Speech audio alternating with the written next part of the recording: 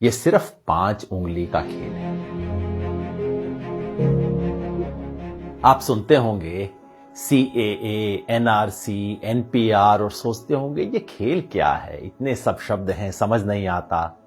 वैसे बड़ा साधारण सा खेल है। मैं आपको समझा देता हूं। ये सिर्फ 5 उंगली का खेल है। 5 उंगली की यात्रा समझ लीजिए, ध्यान से समझिएगा और फिर समझाइएगा भी दूसरों को। ये यात्रा शुरू होगी सबसे छोटी उंगली से। बड़ा साधारण सा काम होगा। अप्रैल के महीने में आपके घर कोई आएगा, सरकारी कर्मचारी, हो सकता है स्कूल के टीचर कोई आए, कहेंगे हमें आपके घर सिर्फ गिनती करनी है कितने लोग रहते हैं। बस नाम पूछेंगे, कब पैदा हुए ये पूछेंगे, ये भी पूछेंगे कि आपके माता पिता, चाहे हैं या नहीं है अभी, वो कहां पैदा हुए थे, कब पैदा हुए थे। आधार कार्ड का नंबर मांगेंगे, ड्राइविंग लाइसेंस मांगेंगे, कोई प्रमाण नहीं मांगेंगे। उस वक्त आपको लगेगा छोटा सा मामला है। ये छोटी उंगली का पहला कदम ये है NPR वाली छोटी सी उंगली। फिर दूसरी उंगली ये D वाली उंगली है। D क्यों? क्योंकि आपके घर से जब एक बार ले जाएंगे लिख के, उसके बाद तहसीलदार के दफ्तर में, किसी सरकारी दफ्तर के अंदर कुछ टाइम बाद, हो सकता है कुछ महीने बाद, चुपचाप से उस लिस्ट का मूल्यांकन किया जाएगा और कोई सरकारी कर्मचारी उस लिस्ट में कुछ नामों के आगे D लिख देगा। D का मतलब डाउटफुल।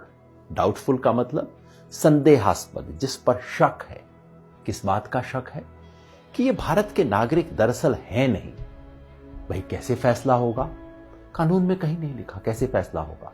हो सकता है आप अपने माता पिता की आयु नहीं बता पाए हो, कहां पैदा हुए हैं नहीं बता पाए हो सकता है आधार कार्ड आपके नाम से इशू हो लेकिन आपके पास नंबर ना हो, कुछ भी हो सकता है। किसी भी आधार पे D लगा दिया जाएगा, आपको पता भी नहीं लगेगा, कोई आपसे पूछने भी नहीं आएगा और मामला तीसरी उंगली पर पहुंच जाएगा।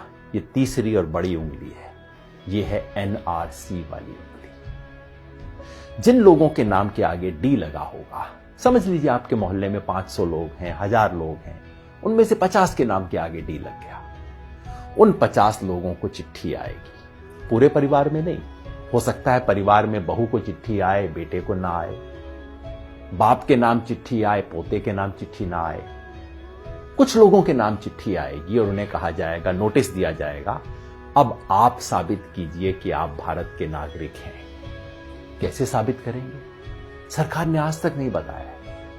हमारे पास सिर्फ एक असम का उदाहरण है जहां पहले हुआ है NRC, और वहां क्या हुआ था? ना आधार कार्ड माना गया, ना राशन कार्ड माना गया, ना वोटर लिस्ट में नाम माना गया। कहा नहीं, ये सब नहीं चलेगा, आप प्रमाण लेके आइए कि आप कहां पैदा हुए थे। आज से 30 साल पहले वोटर लिस्ट में आपका नाम था कि नहीं था, पुरखों का नाम था कि नहीं था, कोई संपत्ति का प्रमाण पत्र लेके आइए। साधारण लोग कहां से जुटाएंगे प्रमाण पत्र? इसके आधार पे उनमें से कुछ लोगों ने जो आधार अपने प्रमाण पत्र नहीं दे पाएंगे, उनका मामला चौथी उंगली पे पहुंच जाएगा।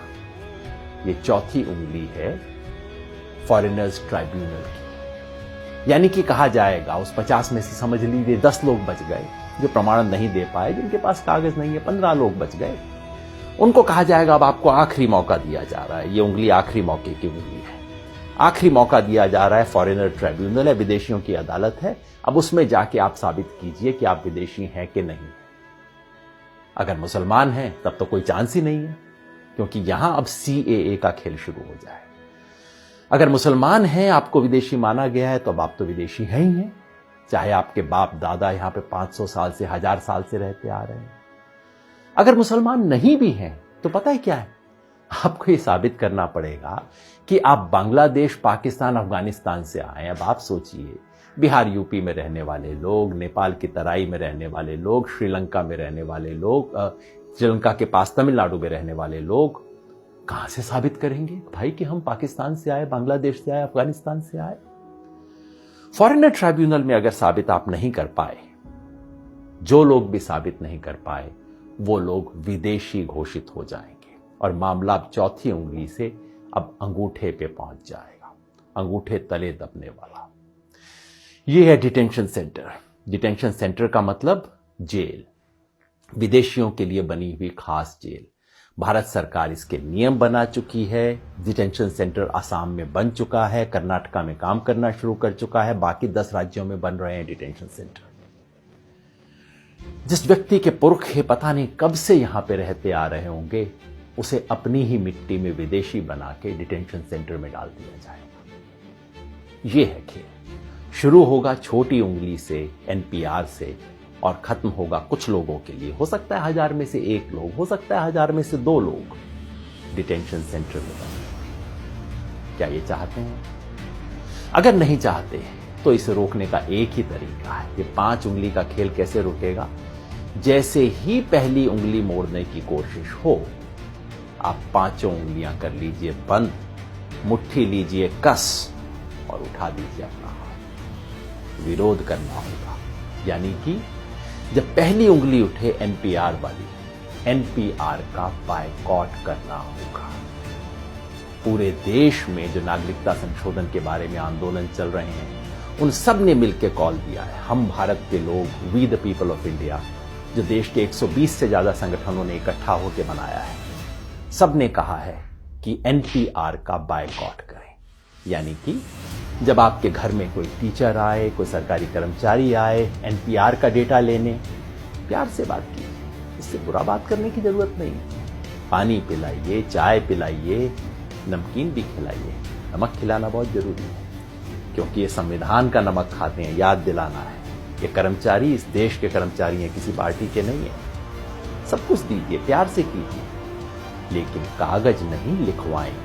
कागज में कोई सूचना नहीं दें, क्योंकि एक बार सूचना दी फिर मामला आपके हाथ से बाहर। कागज नहीं लिखवाएं। और अगर वो कहें कि ये तो कानून है, आपको करना पड़ेगा, उन्हें प्यार से कहिए, मास्टर जी आपकी बड़ी इज्जत कर रहे हैं, लेकिन क्या करें, महात्मा गांधी की इज्जत थोड़ा ज्यादा करें। इस देश के राष्ट्रपिता ने कहा था कि अगर कोई असंवैधानिक, अन्यायपूर्ण कानून है, उसका विरोध करना हमारा अधिकार ही नहीं, हमारा कर्तव्य भी है, हमारा हक भी है, हमारा फर्ज भी है। इसी रास्ते पे हमें चलना होगा। याद रखिए, हम संविधान बचाने निकले। एक हाथ में तिरंगा, दूसरे में संविधान, मन में अहिंसा और जन गण मन का ध्यान। इसी रास्ते पे हमें चलना है। ये लड़ाई में हम लड़ेंगे और निश्चित जीतेंगे।